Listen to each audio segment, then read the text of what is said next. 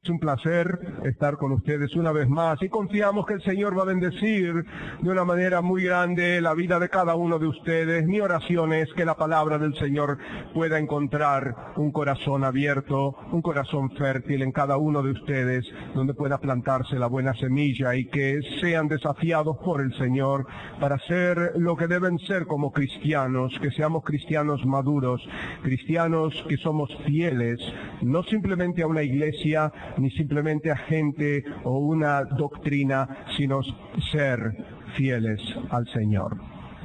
Así que les voy a pedir en esta noche que abramos todas nuestras Biblias en un par de escrituras para comenzar. El primero es Jeremías capítulo 15 y el versículo 16. Jeremías capítulo 15. Dice en el versículo 16, fueron halladas tus palabras, y yo las comí, y tu palabra me fue por gozo y por alegría de mi corazón, porque tu nombre se invocó sobre mí, oh Jehová Dios de los ejércitos. Vamos a leerlo una vez más.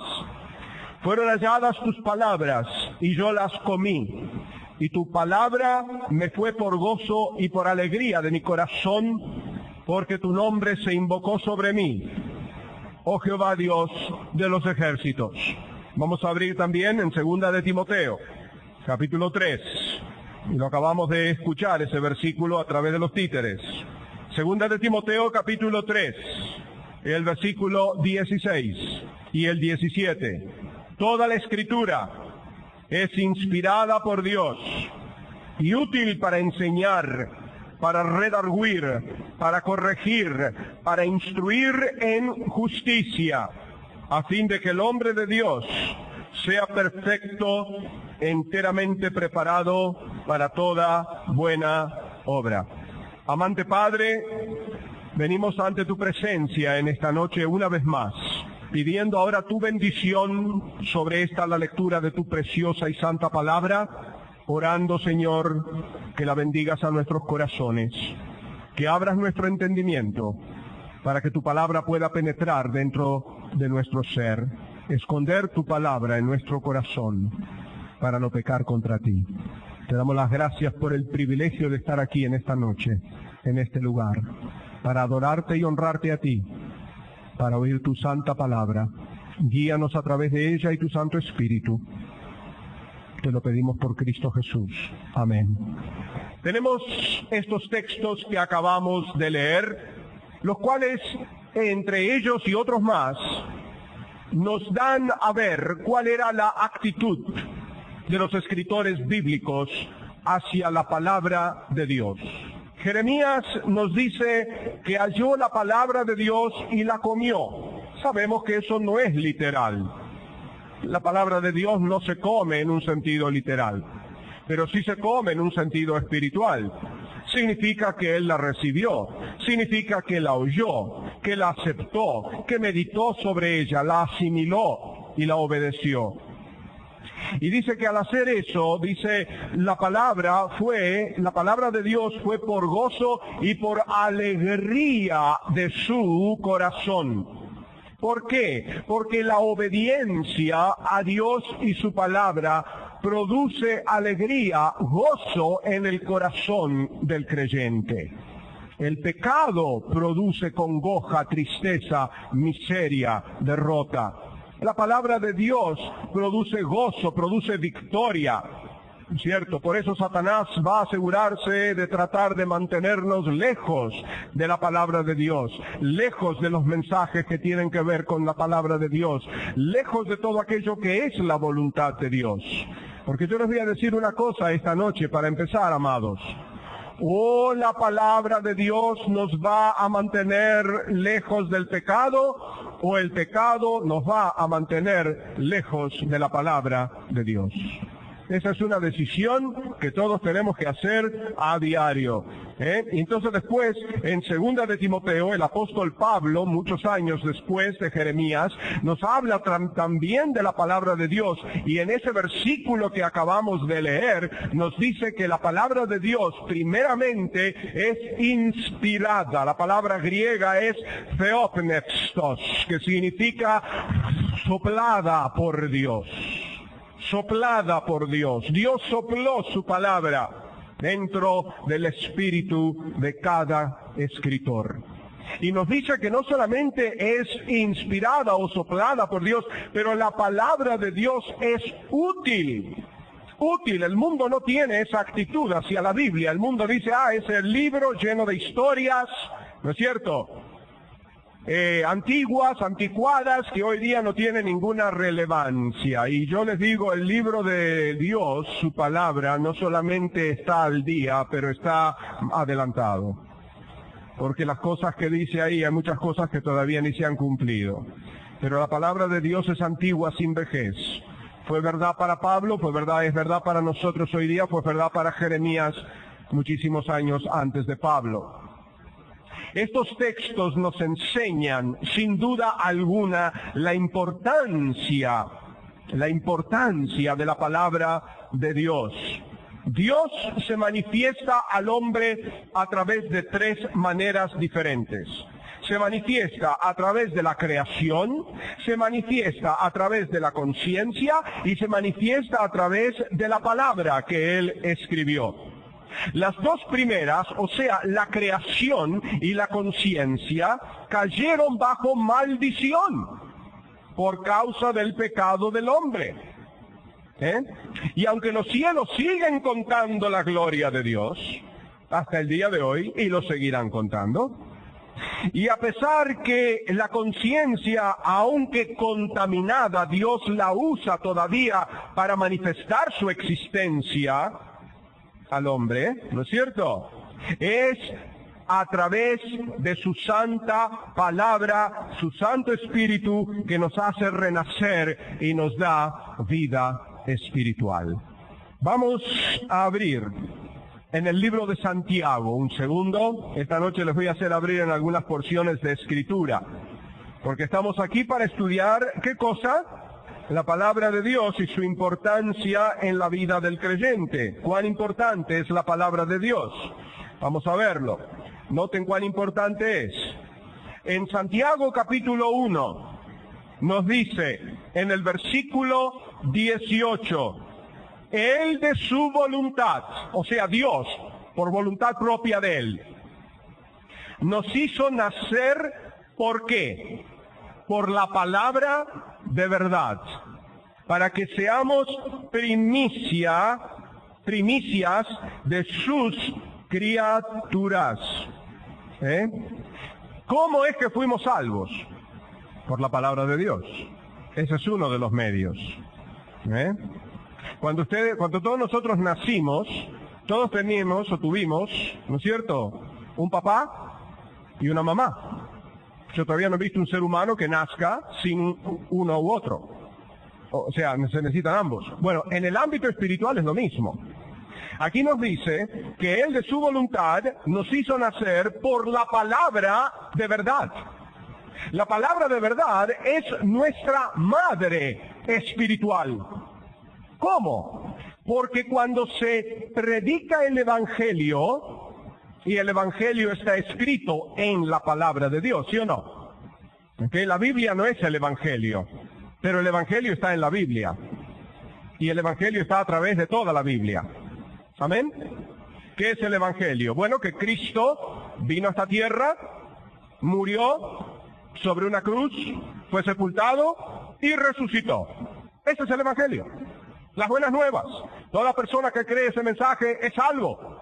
Dios ha escogido en su infinita sabiduría que cada persona que quiere ser salva, cada persona que quiere ir al cielo, debe hacerlo a través de ese mensaje. No hay otro. Por eso ahí lo tienen. Yo soy el camino y la verdad y la vida. Nadie viene al Padre sino por... ¿Quién murió en la cruz? ¿Quién más? Nadie. Amén. Entonces, Él nos dice que al escuchar ese mensaje somos salvos. Pero ¿dónde se encuentra ese mensaje? En la Biblia. Notamos de un principio la importancia de la Biblia en la vida del ser humano. Necesitamos desde un principio la palabra de Dios, porque en la palabra de Dios está el mensaje de salvación. Y al escuchar ese mensaje de salvación y creerlo, confiar en él, porque eso es lo que la palabra griega pistis significa, no es simplemente creer, saber de que existe Dios y que está ahí arriba, porque el diablo también cree, pero sino confiar de corazón en ese mensaje. Somos salvos por los méritos de Cristo, no los nuestros propios. La Biblia dice que somos salvos. Noten que dice ahí, dice, Él de su voluntad nos hizo nacer, nos engendró. Noten lo que dice el versículo 15. Entonces la concupiscencia, ¿qué es la concupiscencia? Pecado. El mal deseo, ¿sí o no? ¿Qué hace? Después que ha concebido, noten lo que dice ahí, da a luz pecado, o el pecado, y el pecado siendo consumado, da a luz la muerte.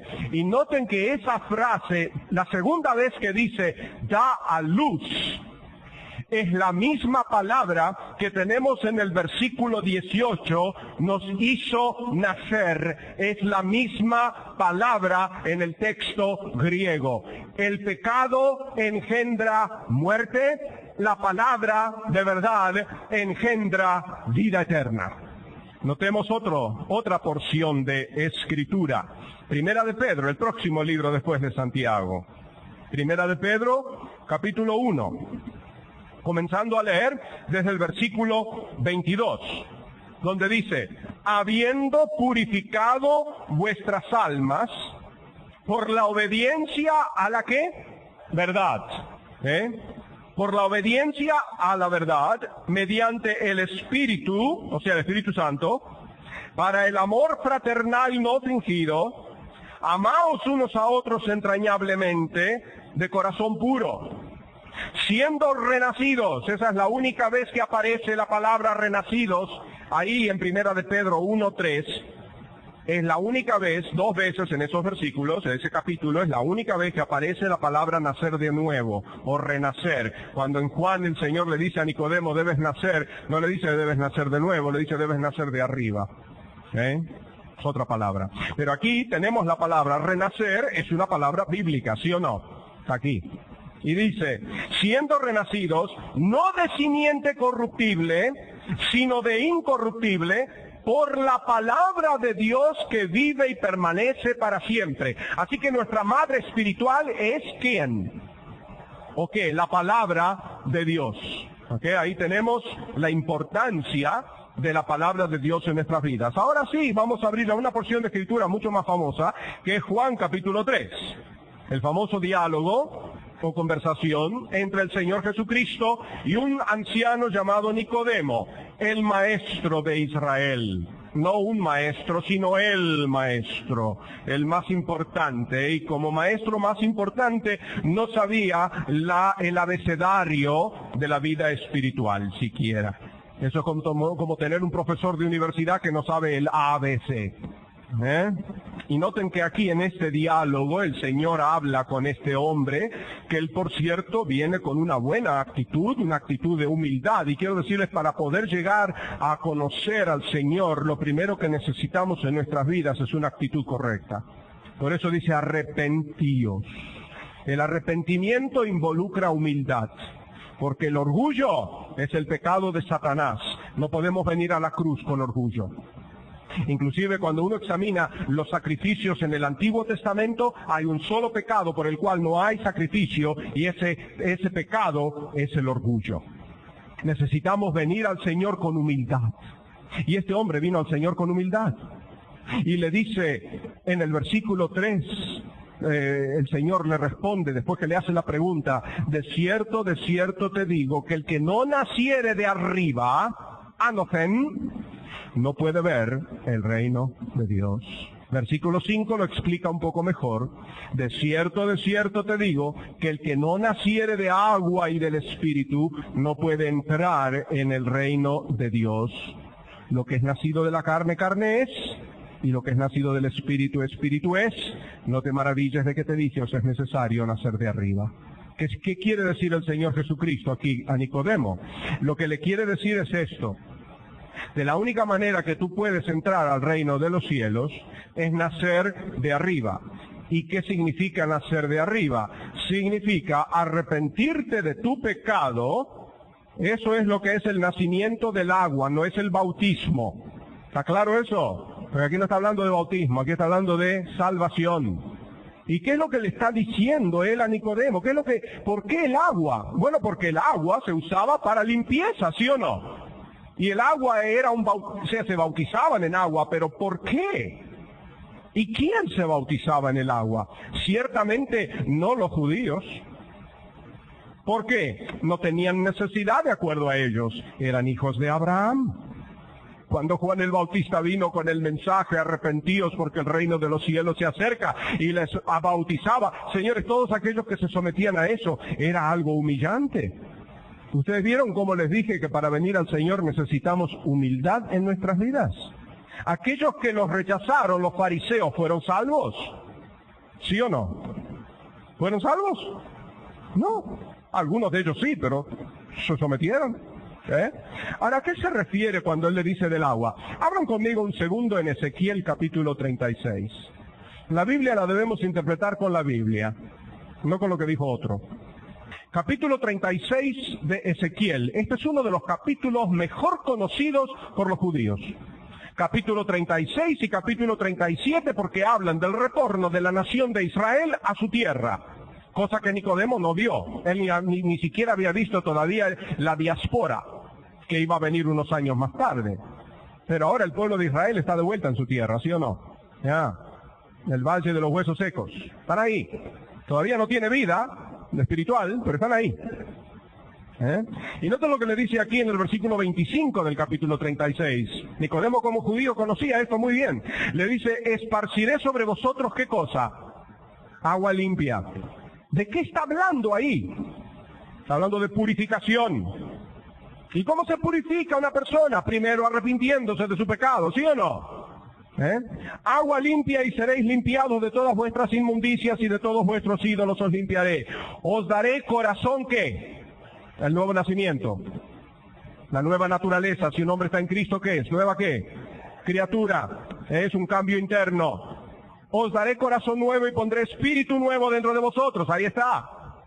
Y quitaré de vuestra carne el corazón de piedra, o sea, el corazón incrédulo, y os daré un corazón de carne, dócil. Nicodemo sabía muy bien lo que le estaba diciendo. ¿Y cómo lo sabía eso? Bueno, porque Nicodemo estudiaba la Biblia, ¿sí o no?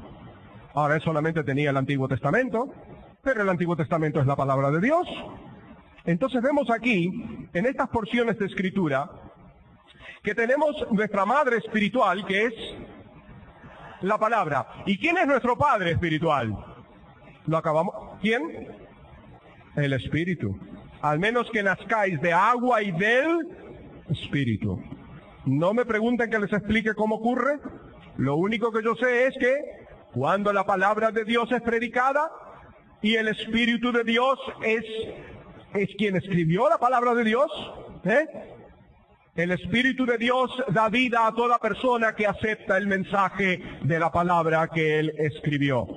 Y de esa unión nace el ser espiritual. Ahora, es la palabra la que nos da la vida espiritual y la que también nos guarda en esa vida espiritual.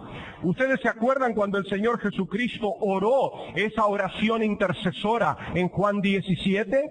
¿Qué le ora al Padre y le dice? Santifícalos, le dice, en tu verdad, tu palabra es verdad. No solo nos salva, nos justifica, sino que nos santifica por la palabra que Él escribió. También nos nutre y nos fortalece. Un hermoso versículo, Primera de Pedro 2:2. Acabamos de ver Primera de Pedro 1:22 y 23. Ahora vamos a ver Primera de Pedro 2:2. Y esto es muy, muy interesante. Dice, comenzando del versículo 1, dice, desechando pues toda malicia, todo engaño, hipocresía, envidias y todas las detracciones. Desead como niños recién nacidos la leche espiritual no adulterada, para que por ella crezcáis para salvación. Algo muy interesante aquí. En el primer versículo nos dice, desechando pues toda malicia, todo engaño. La palabra griega engaño es la palabra dolos. En el versículo 2, cuando dice la leche espiritual no adulterada, esa frase no adulterada en el griego es una sola palabra, la palabra adolos. Engaño, dolos. No adulterada, adolos. ¿Qué significa eso en griego? Cualquiera vez que ustedes vean en el griego una palabra que comience con a o alfa es negativo. En otras palabras, la palabra espiritual, la leche espiritual, la palabra de Dios es una palabra sin engaño. No está adulterada por el engaño, por la mentira, es pura. ¿Amén? ¿Es importante la palabra de Dios? No hay cosa más importante, porque nos nutre y nos fortalece y nos da buen alimento, porque es un alimento ádolos. No tiene contaminación, no tiene engaño, no tiene error, no tiene nada que cause daño a nuestras almas, sino todo lo contrario, como la leche tiene muchos nutrientes que hacen bien para la alimentación. ¿Qué beben los niños? Leche. Cuanto más leche beben, y especialmente si es de la madre, más gordos son. Una cosa más linda que un niño gordo con cachetes. Me encanta pellizcarnos. Hay unos cuantos en la iglesia ahí. No solamente nos nutre y nos fortalece, ¿no es cierto? Pero también nos enseña, nos instruye, nos corrige y nos redarguye. Ahora, antes de continuar la palabra de Dios aquí, este estudio, la palabra envidia es una palabra interesante también en el griego, es la palabra katalaleo, significa hablar en contra. No seamos envidiosos de nadie, porque cuando somos envidiosos de alguien, ¿qué hacemos? ¿Hablamos a favor o en contra de esa persona? En contra, entonces tenemos que cerrar el pico, ¿sí o no? Ya. ¿Sí? Entonces, dejando todas esas cosas, vamos a ocuparnos en la leche espiritual no adulterada, la palabra pura de Dios. Inclusive dice para que por ella crezcáis para salvación. La palabra para salvación no está en el texto griego, eso fue añadido por causa de necesidad para explicar algo. En el griego literalmente dice para que por ella aumentéis o crezcáis o os agrandéis. ¿En qué manera? Bueno, espiritualmente. Entonces, la palabra de Dios nos instruye, nos enseña y nos corrige y nos redarguye. Como acabamos de leer en 2 de Timoteo 3, 16 y 17, donde dice toda la escritura es inspirada por Dios y útil para enseñar y para redarguir. Redarguir es una palabra muy interesante. Abran conmigo un segundo en Mateo capítulo 4. ¿Se acuerdan cuando el Señor Jesucristo pasaba por el mar de Galilea y vio a Pedro, vio a Andrés y después vio a los hijos de Zebedeo? Dice, versículo 21, pasando de allí, vio a otros dos hermanos, Jacobo, hijo de Zebedeo, y a Juan, y Juan su hermano, en la barca con Zebedeo su padre, que hacían ¿qué cosa? Remendaban su red. Ahora, ¿por qué se remienda una red de pescador? Porque si tiene un agujero grande, cuando uno va a tirarla dentro del mar, los peces se escapan por medio del agujero. Entonces la tienen que remendar para que esa red esté equipada para la pesca. ¿Amén? Entonces, vamos a abrir ahora en Efesios capítulo 4, versículo 11. Estoy seguro que muchas veces lo habrán oído este capítulo, esta porción de escritura enseñada, ¿verdad? Por lo menos por mí también, porque yo una vez creo que enseñé Efesios en esta iglesia. Dice, y él mismo, versículo 11, o sea, el Señor Jesucristo, constituyó a unos apóstoles y a otros profetas, a otros evangelistas, a otros pastores y maestros. Y esa es la misma persona, pastores y maestros. Porque no dice pastores, y maestros. No se refiere a dos personas diferentes, sino a la misma persona, pastor, maestro. ¿Para qué?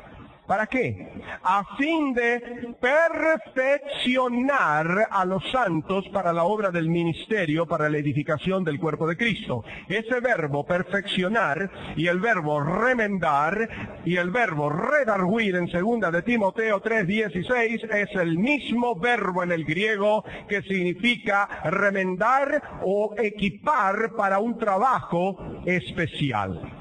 Así que el Señor ha puesto a sus pastores en esta iglesia y a sus maestros para enseñarles la palabra a todos ustedes los creyentes, para equiparlos para la obra del ministerio, para que sean aptos para la obra del ministerio. Entonces, ¿es importante la palabra de Dios? Muy. ¿Por qué? Porque nos equipa para la obra del ministerio. Y usted sabe una cosa, hoy día estamos viviendo en una época en la cual hay tantas cosas que están ocurriendo en iglesias y movimientos y qué sé yo y qué sé cuánto, y la gente se está olvidando de lo básico y lo importante que es la palabra de Dios. No hay nada en este mundo que pueda suplantar la palabra de Dios. Yo he hablado con pastores y predicadores ancianos muchos años atrás que ya estaban subiendo al púlpito con un bastón y la pregunta que les hacía yo es ¿cuál es el secreto de su ministerio, del éxito de su ministerio? Y la respuesta siempre era la misma, la palabra de Dios, la palabra de Dios. La palabra de Dios. Hoy día están agarrando muchas iglesias la palabra de Dios, la están poniendo a un lado y están buscando experiencias, están buscando entretenimiento. Y yo a la gente en mi iglesia le digo, ¿ustedes quieren entretenimiento? Váyanse a Hollywood. ¿Quieren entretenimiento? Váyanse a Broadway, váyanse a un teatro y vayan y que se los entretengan muy bien allá. La iglesia no está para entretener, la iglesia está para adorar a Dios y para enseñar y predicar su palabra. Hoy día estamos viviendo en una época donde en las iglesias ha penetrado esta contaminación de la teología subjetiva y están haciendo a un lado la teología objetiva.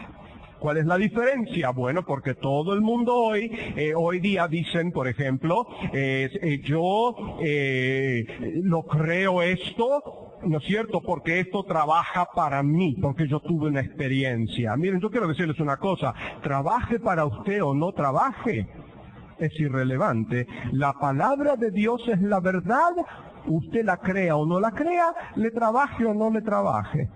Porque la palabra de Dios es un absoluto. Como hay de esos cartelitos que ponen en los carros atrás, ¿verdad? En los paragolpes que dicen, Dios lo dijo, yo lo creo, y eso queda establecido. Y eso es erróneo, porque yo digo esto, Dios lo dijo, y queda establecido. Si tú lo crees o no lo crees, problema tuyo. Pero la palabra de Dios es un absoluto, como Dios es un absoluto. Tengan cuidado, hermanos, con esta cosa, porque es tan sutil, la gente quiere experiencias. Cuidado con eso, cuidado. La teología debe ser una teología objetiva, es la verdad, punto. Nunca sujeten la palabra de Dios a sus experiencias, sometan sus experiencias a la palabra de Dios.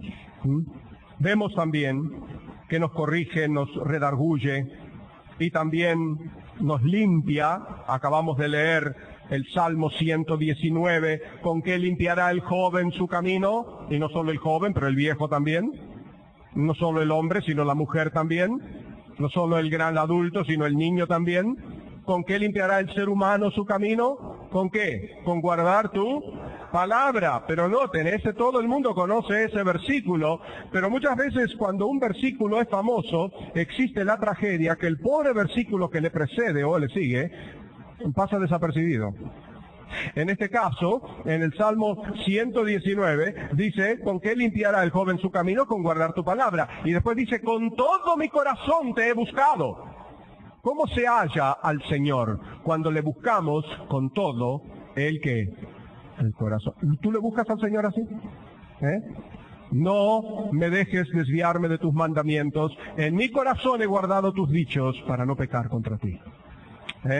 Vamos a abrir un segundo en Hebreos 4. Hebreos 4, título que estoy seguro que lo saben, lo han escuchado muchísimas veces. Dice, porque la palabra de Dios es viva y eficaz y más cortante que toda espada de 2 filos y penetra hasta partir el alma y el espíritu, las coyunturas y los tuétanos, y discierne los pensamientos y las intenciones del corazón. Ese verbo discernir en el griego es la palabra críticos. ¿Qué significa? Crítica. ¿Quién critica tus pensamientos y las intenciones de tu corazón? La palabra de Dios. Por eso muchas veces cuando hacemos algo o vivimos en un periodo de nuestras vidas que no está muy bien, venimos a la iglesia, el pastor dice algo y ya nos enojamos contra el pastor, pero no es el pastor, es el críticos. Es la palabra de Dios. Es el Espíritu de Dios, no se preocupe, está todo desapareciendo aquí adentro. Todos mis secretos están aquí adentro de la Biblia. Es la palabra de Dios, amados. Dios, y nos dice que es viva y eficaz. La palabra eficaz es la palabra energis. ¿Qué palabra sacamos en el castellano de ahí? Energía. ¿Estás desanimado hoy? La palabra de Dios es eficaz, es energis. ¿Te sientes decaído, como muerto, que sin ganas de nada? Es viva. Léela, medítala, toma tiempo, está quieto y sabe que Él es Jehová. Dios se comunica con nosotros a través de su palabra y por medio de ella solamente podemos llegar a conocerle en verdad. ¿Es ese tu deseo? Ciertamente era el deseo del apóstol Pablo. ¿Qué dice? A fin de conocerle y el poder de su resurrección y la participación de sus padecimientos, llegando a ser semejante a él aún en ¿qué? ¿Su qué? Muerte. Pablo tenía el deseo. Todas las cosas que eran para mí ganancia las he estimado y las cuento como ¿qué? Pérdida, para poder ganar la excelencia del conocimiento de Cristo Jesús, mi Señor, por quien lo he sufrido todo y lo cuento como basura, para ganar esa excelencia, ese conocimiento. ¿Qué es lo que tú estás buscando ganar hoy día? ¿Qué es aquello que tiene prioridad en tu vida? ¿Es la palabra de Dios prioridad en tu vida? Yo quiero decirles, acabo de volver de Israel, fui por 4ª vez a esa bella tierra. Si nunca fueron, se los recomiendo. Recomiendo Israel, recomiendo Turquía, no recomiendo Egipto. Me robaron la maleta. Pero le doy gracias al Señor porque habíamos comprado con mi hermana tantas cosas en Turquía que cuando llegamos íbamos a salir para Egipto. Digo, ¿sabes lo que nos va a pasar cuando lleguemos, nos vayamos de Tel Aviv de nuevo a Nueva York? Nos van a matar en la línea aérea del sobrepeso. Bueno, entonces el Señor me alivió el sobrepeso. Y no solo eso, pero que llegué a Israel, llegamos por bus, por guagua a Israel, cruzamos la frontera a pie en el Sinaí, llegamos a Eilat, pasamos, nos esperaba la otra guagua del otro lado, y cuando llegué al otro lado en Israel, me sentía como los judíos que salieron de Egipto y llegaron a la tierra prometida, y pude reabastecerme de todas mis necesidades materiales, tierra que fluye con leche y miel. Así que en todas las experiencias le damos gracias al Señor. Pero ¿saben qué? Estuvimos en Israel y una de las cosas que me impresiona a mí en Israel, ¿saben lo que es? Ver a los judíos religiosos llevando a los niños, a sus hijos, de la mano al muro del lamento y a las sinagogas y oran con sus hijos. Y he visto microbios de este tamaño, como los nietos del hermano José, no que sean microbios, pero el tamaño. Y recitan el Torá. Y tienen los sombreritos, aquí los llama casi, tienen los bucles. Y cositas así. Y nosotros, señores, que tenemos la verdad, tomamos el tiempo para enseñarle eso a nuestros hijos y a aquellos que nos rodean. Tomamos la palabra de Dios con ese ahínco y ese fervor, esa hambre y esa sed. Yo sé que yo no lo hago eso como debería de hacerlo, me falta. Y le oro al Señor que me ayude a ser más fiel en el estudio de su palabra. Porque también he hablado con hombres de alta edad, de 70, 80 años, y dicen, me he pasado 50 años, 60, estudiando la Biblia, ni siquiera he rayado la superficie. Esta es la palabra de Dios. Necesitamos prestarle mucha atención. Las preguntas más importantes para quien profesa ser un cristiano son estas. ¿Tiene tu alma sed de Dios? ¿Le buscas? ¿Hay algo en ti que deja saber que estás siempre a la expectativa de su próxima manifestación de sí mismo? ¿Está tu vida centrada en el Señor? ¿O está centrada en tu familia? ¿O está centrada en tu trabajo? ¿O está centrada en tus placeres? ¿Es la televisión el foco central de tu vida? ¿Tu hobby? Lo que sea, cual sea. ¿O es el Señor? ¿Puedes, como Pablo, decir que te has olvidado de todo en el pasado? ¿Buscas en tu vida cada vez más y más conocerle y que ese conocimiento pueda crecer hasta que eventualmente, más allá de la muerte y la tumba, puedas disfrutar eternamente de la luz de su rostro? ¿Te has hallado por seguro ante su presencia con su palabra? ¿Te habla y le hablas en todo momento y lugar? No hace falta venir a la iglesia para hablarle. Escuchamos los títeres esta noche, ¿verdad? ¿Tú abres la Biblia solo en la iglesia? Bueno, esa es una pregunta muy legítima. ¿Abres tú la Biblia solo aquí? ¿Oras solo aquí o lo haces en todo momento en tu vida? Donde quiera que estés. Hace 4 años atrás me mudé al estado de Nueva Jersey, pero la iglesia todavía está en el estado de Nueva York. Y muchas veces, todas las veces, 3, 4 veces por semana, o a veces más, tengo que cruzar el famoso puente George Washington, la pesadilla número 1 de la área metropolitana de Nueva York, que hay embotellamientos de tráfico, a veces hasta de 1 hora, y hay que esperar con... Ay, el Señor nos ha enseñado tanta paciencia. ¿Y qué hago yo en esos momentos? Bueno, puedo escuchar música, lo cual hago muchas veces, pero otras veces puedo escuchar un mensaje o puedo orar. Y esos son momentos muy especiales porque estoy solo y puedo hablar con el Señor tranquilo. Ahora no cierro los ojos porque es evidente que no podemos estar cerrando los ojos mientras manejamos. Pero el Señor no necesita que tú cierres los ojos para que te escuche. Háblale. Y no necesitamos hacer todo un ritual para entrar ante la presencia del Señor, porque si tú constantemente tienes comunión con el Señor está ahí al lado tuyo. ¿Lo haces? ¿Lo buscas? ¿Es tu comunión con el Padre y con su Hijo Jesucristo? Debes orar a diario que tus ojos sean iluminados para crecer en el conocimiento y la gracia de nuestro Señor y Salvador Jesucristo. La última exhortación que dio el apóstol Pedro antes de morir, crecer en el conocimiento y la gracia de nuestro Señor y Salvador Jesucristo. Muchos creen que saben, pero en realidad o son bebés o son falsos. Debes seguir creciendo hasta llegar a la perfección.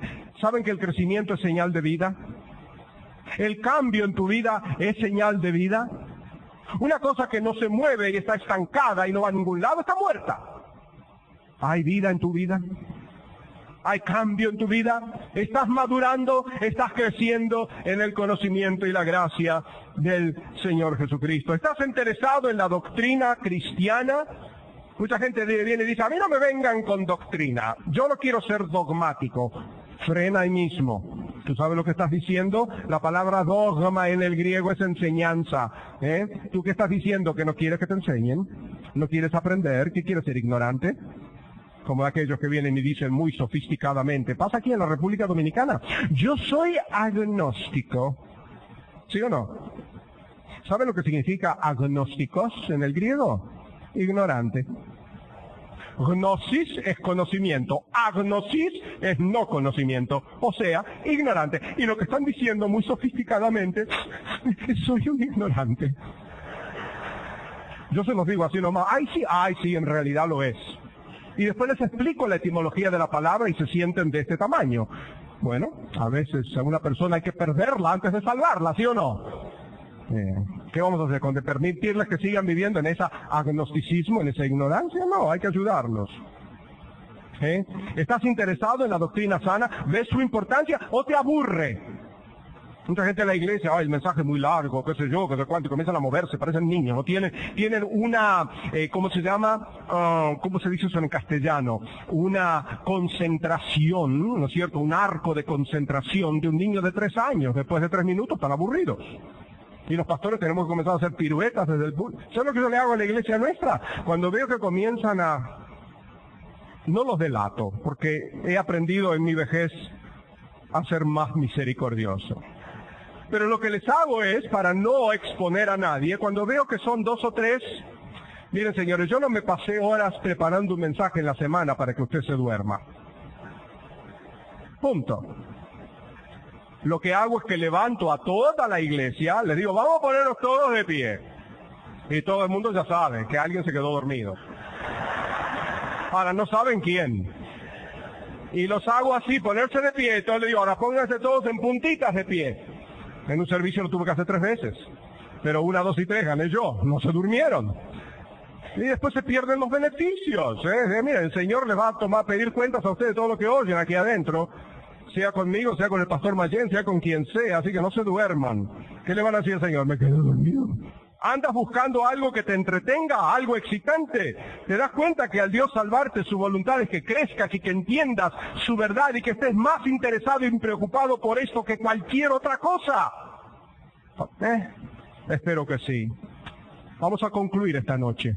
Vamos a abrir en Efesios capítulo 1. Vamos a leer un solo versículo y terminamos.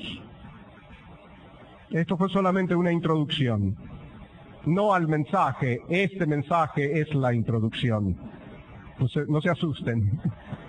Capítulo 1 de Efesios, dice el versículo 18, alumbrando los ojos de vuestro ¿qué? Entendimiento, para que sepáis cuál es la esperanza a que Él os ha llamado y cuáles las riquezas de la gloria de su herencia en los santos. Esa era la oración del apóstol Pablo para los efesios. ¿Cuál era la oración de Pablo? Pablo oraba para que el Señor alumbrara sus ojos, los ojos de su entendimiento. En otras palabras, para que comprendieran, para que entendieran y para que supieran cuál era la esperanza a la que el Señor los había llamado y cuáles las riquezas de la gloria de su herencia en los santos. Hoy día, ¿por qué ora la gente? La gente ora por la casa, por el carro, por el más salario, por provisión material. ¿Cuántos de nosotros oramos un tipo de oración así? Señor, dame entendimiento, dame sabiduría, ayúdame a entender, dame hambre y sed por tu palabra. Gloria al Señor por todas las oraciones. El Señor dijo, el pan nuestro de cada día, dánoslo hoy, ¿sí o no? ¿Es bíblico orar por el pan de cada día? Sí, pero no es lo único por lo cual debemos orar. ¿Es bueno orar por la salud de un ser querido que está enfermo? Claro que sí, la Biblia lo enseña, pero no es lo único por aquello que debemos orar en nuestras vidas. Debemos orar por nuestro bienestar espiritual. Debemos orar porque el Señor nos ayude a crecer.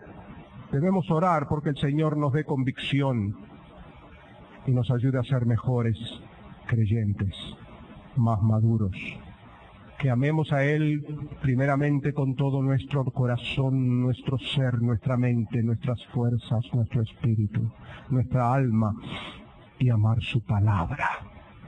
Porque cuando eso es así, entonces tenemos la capacidad de amar horizontalmente y hacerlo de una manera correcta. Que el Señor nos dé su fortaleza, su gracia, su sabiduría y su misericordia. Que en estos días que tenemos ante nosotros podamos aprender estos preciosos principios y ser creyentes de la palabra de Dios. Vamos a orar. Amantísimo Dios y Padre Celestial, Señor Dios de gloria, te damos las gracias en esta noche. Te damos las gracias, Señor, por quien tú eres, por todo lo que has hecho, haces y harás por nosotros. Te damos las gracias por tu palabra que nos has dado, la herencia que nos has dejado a través de ella, de conocerte a ti, conocer tu persona, conocer tus promesas, conocer tu plan. Ayúdanos a apreciar tu palabra cada vez más y más en nuestras vidas. Que seamos hombres y mujeres de la palabra, no simplemente hombres y mujeres de la iglesia, sino hombres y mujeres de la palabra. Que podamos decir con el profeta Jeremías, tu palabra fue hallada y la comí. Y fue para mí tu palabra la delicia, el deleite de mi corazón. Ayúdanos, Señor, a ser diligentes, discípulos, alumnos, estudiantes de tu preciosa palabra. Y bendice a cada uno a medida que se propone hacerlo. Dales dirección, fortaleza, sabiduría y quita todo obstáculo, toda excusa para que pueda cada uno dedicar ese tiempo como todos, Señor, lo necesitamos. Lo encomendamos en tus manos y te damos las gracias y te damos la gloria por Cristo Jesús. Amén.